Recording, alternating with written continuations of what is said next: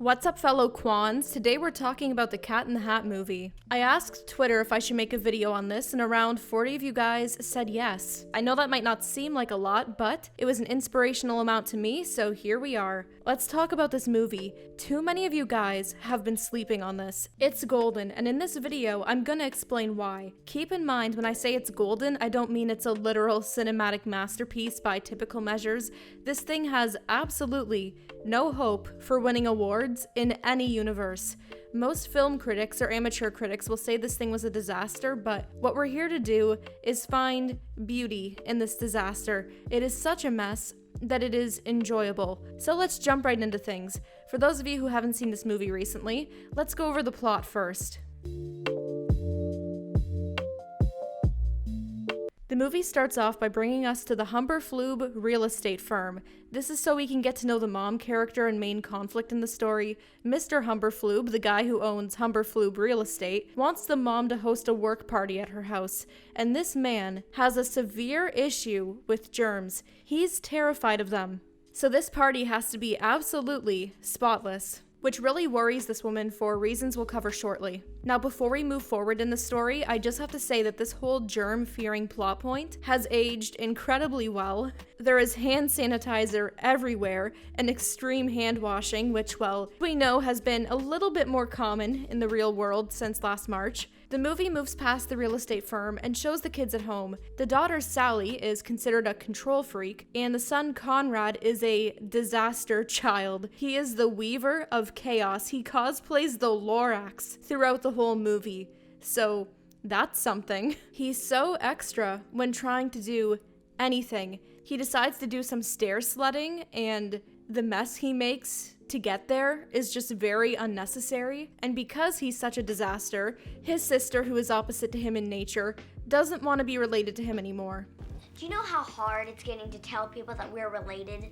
The mom gets home, and she's very disappointed to say the least. A man who wants to marry the mom enters the story, and this guy's name is Larry. He's the antagonist of the story. He presents himself as a pretentious businessman. Larry wants to enroll Conrad into a military school, and the two have a very clear hatred for each other. Larry leaves, the mom gets a babysitter, and now the real show kicks off. Miss Kwan, the Kwan, the legend, enters the scene. Now, I can't keep talking about Miss Kwan here because I have a section dedicated to her later. Just know that she's the babysitter. She does some babysitting stuff and then falls asleep. The cat shows up after, and he's played by Mike Myers, so this movie is pretty much carried on his back.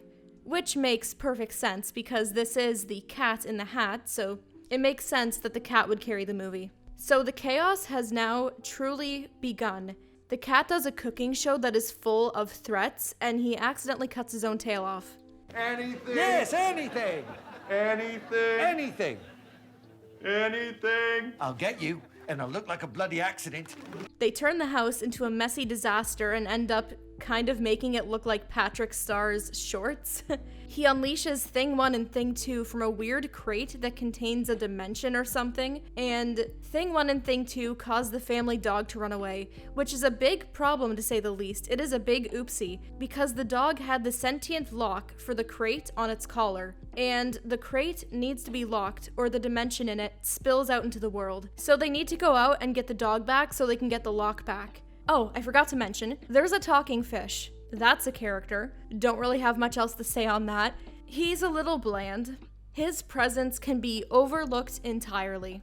On their adventure to get the lock, weird stuff continues to happen. One of those things is the cat being used as a piñata. Larry finds out the dog was let out and decides to use this opportunity to return the dog home and tell the mom about this whole ordeal so that she will have no choice but to send Conrad to military school for his terrible behavior.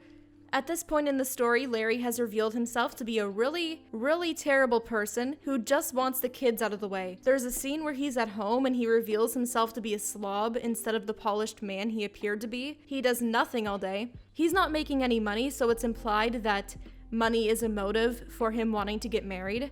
He's doing so bad that people are coming in to repossess his TV.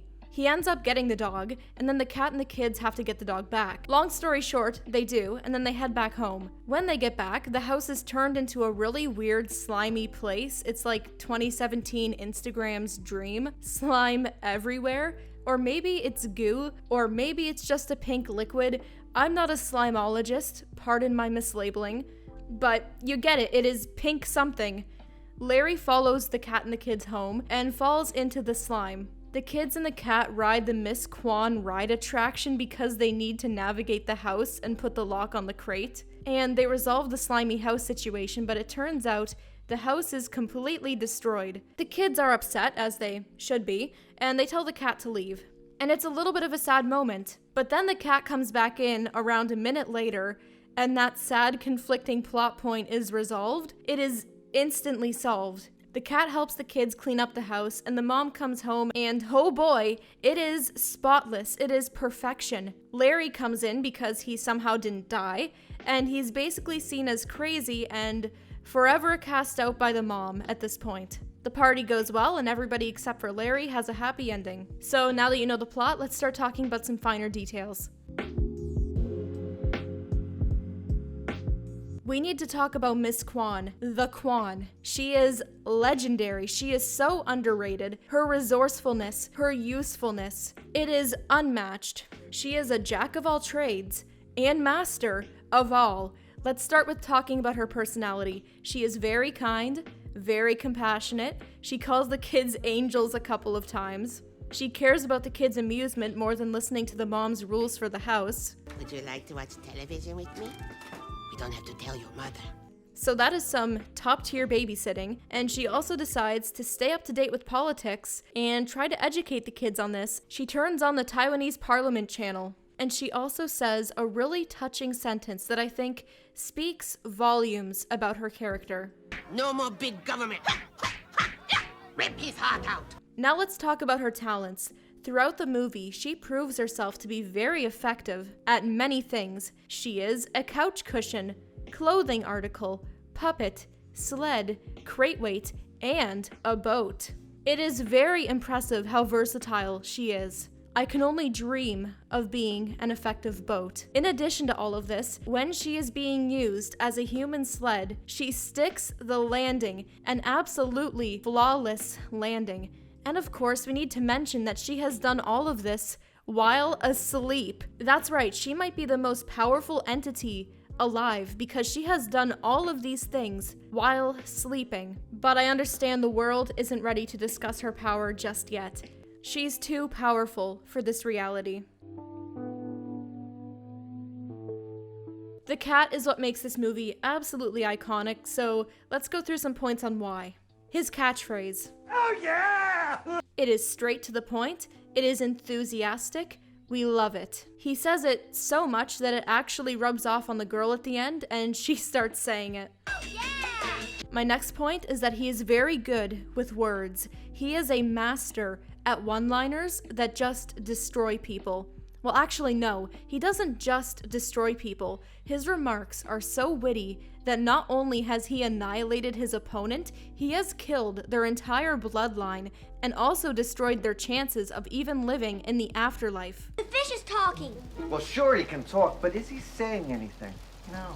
That's impossible! You're not just wrong, you're stupid. Now wait just a minute. And you're ugly, just like your mum. She was gonna wear that tonight and you ruined it. Honey, it was ruined when she bought it. Really, his intellect is so massive, and with his unending wrath, he is an unstoppable force. At one point, he is about to clobber a child. You really have to appreciate the boldness. My next point is that he tries his best to educate the kids and audience while having fun. He tries to tell them about the birds and the bees, then gets shut down. How do I put this? When a mommy cat and a daddy cat love each other very much, they decide that... How half of the things I'm gonna say here ended up in a kid's movie, I don't know. He gets to go around and tells them about Plan B, Plan B. Cut your losses and ditch the kids. which is a contraceptive for those of you who don't know. He also takes them clubbing, which is absolutely awful, but no harm comes to them, so it was like a valuable life experience.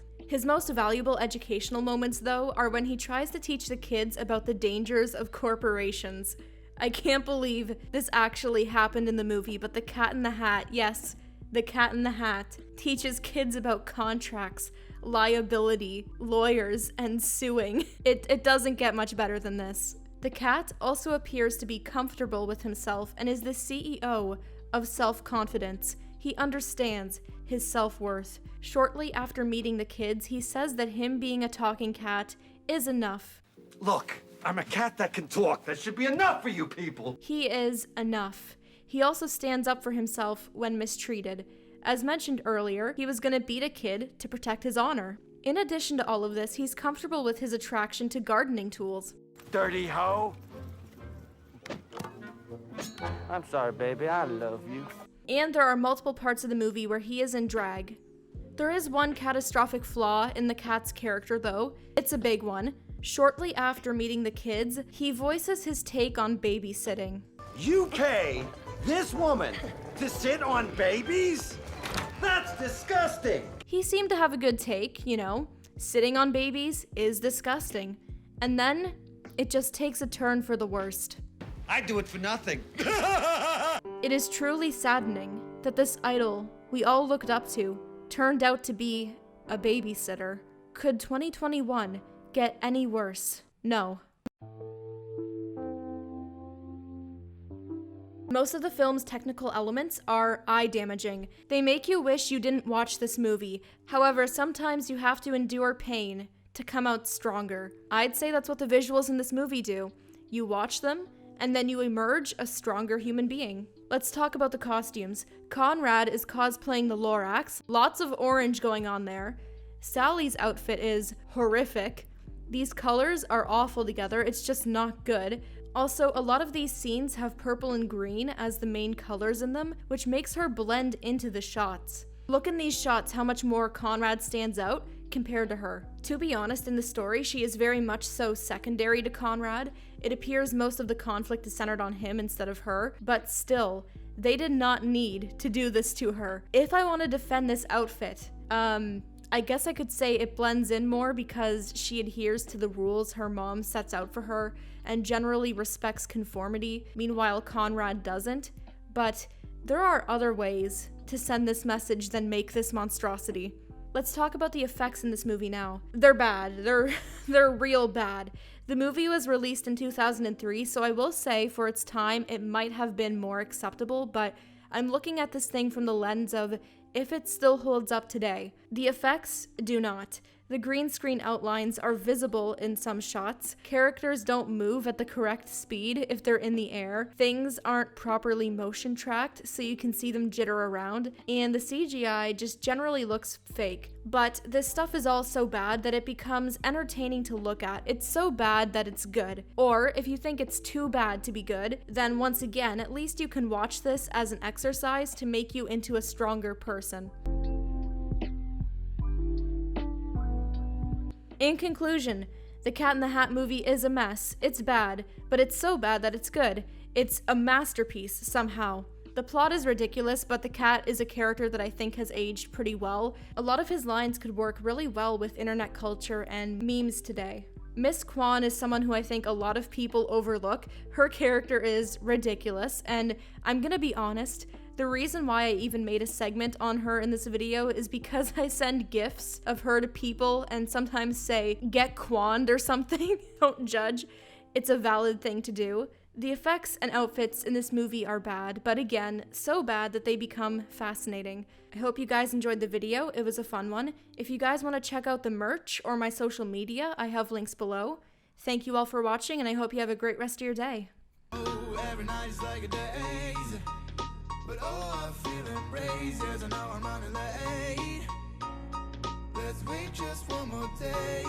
I know I'm running away from moments. What am I becoming? I guess something's broken.